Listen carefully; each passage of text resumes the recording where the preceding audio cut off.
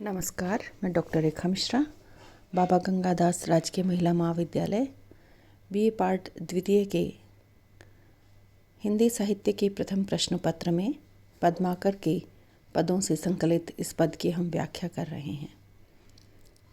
प्रस्तुत पद्यावतरण में पद्माकर ने श्री कृष्ण के वियोग की व्यथा को और राधा के सौंदर्य को वर्णन किया है। यह श्रृंगार का पद है। ऐसी न देखी सुनी सजनी, घनी बाढ़त जात वियोग की बाधा, त्यों पद्माकर रत्नाकर को, तब ते कल है न कहूँ पल आधा। पद्माकर कवि प्रस्तुत पद में श्री कृष्ण की व्यथा का वर्णन कर रहे हैं। कोई एक सखी श्री कृष्ण की उस विरह की व्यथा को देख करके दूसरी सखी से या राधा से या किसी और सखी से श्री कृष्ण की व्यथा का वर्णन कर रही है। वह सखी कह रही है कि उस राधा के वियोग में उस श्री कृष्ण की विरह की व्यथा हे सखी बढ़ती ही जा रही है और उन श्री कृष्ण की विरह की व्यथा इतनी अधिक बढ़ गई है कि वह ऐसी स्थिति सखी बता रही है कि ऐसी स्थिति उसने आज तक न तो किसी की देखी है और न ही ऐसी स्थिति किसी की सुनी है। यानी श्री कृष्ण जिस विरह व्यथा से गुजर रहे हैं वह विरह व्यथा अकथनीय और सोच से भी बहुत परे है। वह गोपी उस व्यथा का वर्णन करते हुए ऐसा कह रही है। ये पद्माकर जो है तो ये पद्माकर यहाँ कवि के लिए हम शुरू में कर चुके हैं। त्यों पद्माकर मोहन को तब ते कल है न कहूँ पल आधा, कि पद्माकर कवि कह रहे हैं मोहन यानी श्री कृष्ण कि उस राधा के बिछुड़ने के बाद में उन श्री कृष्ण को कल मानी चैन आराम, कि उन श्री कृष्ण को आधा पल के लिए भी, यानी कि आधा पल यानी बहुत थोड़े से समय के लिए भी आराम नहीं मिल रहा है, चैन नहीं मिल रहा है।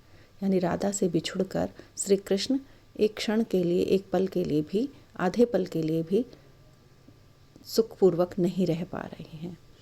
लाल गुलाल घलाहल में दृग ठोकर दे गई रूप अगाधा। रूप अगाधा जिस रूप की कोई था ही नहीं है, ऐसी अत्यधिक सौंदर्य संपन्न, अगाध रूप संपन्न वह राधा। घलाहल माने ढेर, जो लाल गुलाल का ढेर है उसमें वह राधा जो अत्यधिक सौंदर्य से संपन्न है, अगाध रूप से संपन्न है, वह अपने नेत्रों की ठोकर देकर चली गई। यानी होली का अवसर है, गुलाल की ढेर लगी है, राधा ने कोई ठोकर नहीं लगाई है। यहाँ देखिए शब्द दृग ठोकर, यानी आँखों की ठोकर, यानी मात्र आँखों से देखा है, कोई गुलाल नहीं है। गुलाल के ढेरी में आँखों की ठोकर कैसे लगेगी? यानी उस देखने मात्र से ही, दृष्टिपात करने मात्र से ही श्री कृष्ण उस राधा के विरह में पीड़ित हो रहे हैं। कह गई कै चैटक सी मन, ले गई राधा। कवि यहाँ कह रहे हैं कि वह राधा जैसे ही उस गुलाल की तरफ देखा और वह गुलाल उड़ कर के श्री कृष्ण पे लगी, तो उस गुलाल के लगने मात्र से ही श्री कृष्ण के मन पर कुछ जादू सा हो गया है। चेटक मानी जादू, चेटक का अर्थ जादू से, तो जादू सा कुछ कर गया है वह गुलाल श्री कृष्ण के लगने मात्र से ही। तो श्री कृष्ण का मन उस राधा के प्रेम से वशीभूत हो गया है, प्रेम के वश में हो गया है। और ऐसे राधा मानो श्री कृष्ण के मन पर कोई जादू ही कर गई, और जादू करके क्या हो गया कि वह श्री कृष्ण के मन को अपने साथ ले गई।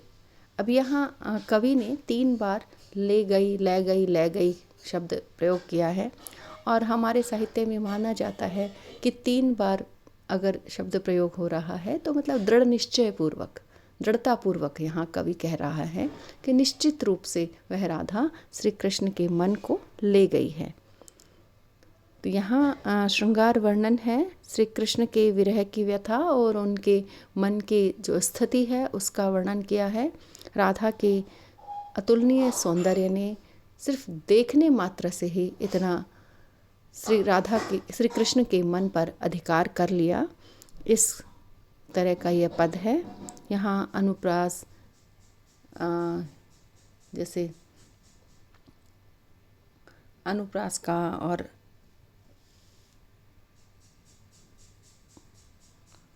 रूपक अलंकार का यहाँ प्रयोग हुआ है।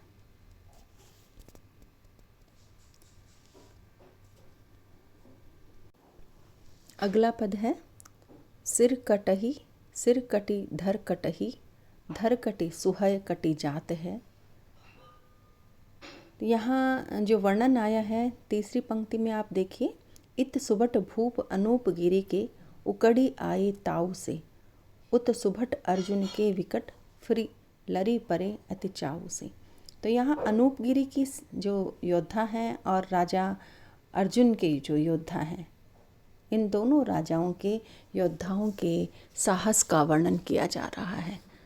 जब इनकी सेना निकल करके शत्रु पर आक्रमण करती है तो उस समय का वर्णन यहाँ चित्रित हुआ है कि जब राजा अनूपगिरी के और राजा अर्जुन के जो योद्धा हैं, जो अनूपगिरी राजा हैं उनके जो योद्धा हैं अर्जुन, सुभट अर्जुन जो वीर योद्धा हैं, उन योद्धा के समीप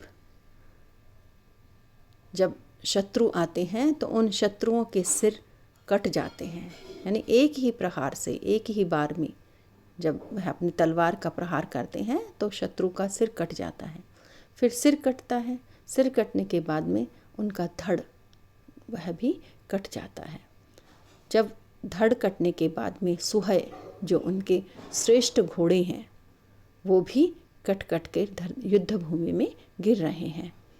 इस प्रकार एक एक ही बार में कटि भट भय बिन गात हैं। भट योद्धा, गात शरीर, भय हो गए हैं कि इस प्रकार एक बार में ही जैसे ही वह वीर योद्धा अर्जुन अपने तलवार का प्रहार करते हैं तो एक एक बार में ही शत्रुओं के जो सैनिक हैं वह उनके सिर कट जाते हैं, धड़ कट जाते हैं और वो अपने शरीर से रहित हो जाते हैं। शरीर से रहित होने का तात्पर्य मृत्यु, कि उन योद्धाओं की, दुश्मन के जो शत्रुओं के जो योद्धा हैं वो मृत्यु को प्राप्त हो जाते हैं, तुरंत ही खत्म हो जाते हैं। ऐसे वह वीर योद्धा आक्रमण करते हैं। इत सुभट भूप अनूप गिरी के उकड़ी आए ताऊ से, कि इधर उन वीर योद्धा राजा अनूप गिरी के सैनिक अत्यधिक ताव के साथ अर्थात उत्साह के साथ, उमंग के साथ पूरे आक्रमण से तत्पर होकर के निकल के आते हैं और उधर जो वीर योद्धा अर्जुन के हैं उनके विकट सैनिक, यानी बहुत ही जिनको जीत पाना बहुत मुश्किल है, जो विकट वीर हैं वो भी फिर लरी परे अति चाव से, चाव उत्साह कि अत्यधिक उत्साह के साथ, अत्यधिक उमंग के साथ वह भी दुश्मन के सैनिकों से लड़ रहे हैं। तो यहाँ राजा वीर योद्धा राजा अनूपगिरी और जो वीर सुभट योद्धा हैं अर्जुन, उन दोनों के सेना का उत्साहपूर्ण वर्णन किया गया है कि उन दोनों के सैनिक अत्यधिक उत्साह के साथ, अत्यधिक चाव के साथ, यानी उत्साह तभी होगा जब मन में जीतने की ललक होगी, अपनी मातृभूमि के प्रति समर्पण भाव होगा, तो उन योद्धाओं में वह उत्साह है और वह चाव है। इस कारण वह शत्रु पर पूरे जोर के साथ, पूरे साहस के साथ प्रहार करते हैं और शत्रु एक बार में ही कट करके धरती पर गिर जाता है और मृत्यु को प्राप्त हो जाता है। यहाँ पर जो कवि हैं उन्होंने अपने राजा, जो आश्रयदाता राजा हैं, उनकी सेना के जो योद्धा हैं उनकी उत्साह का वर्णन किया है। यहाँ युद्ध का बहुत ही सजीव वर्णन हुआ है। यहाँ अनुप्रास अलंकार है। धन्यवाद।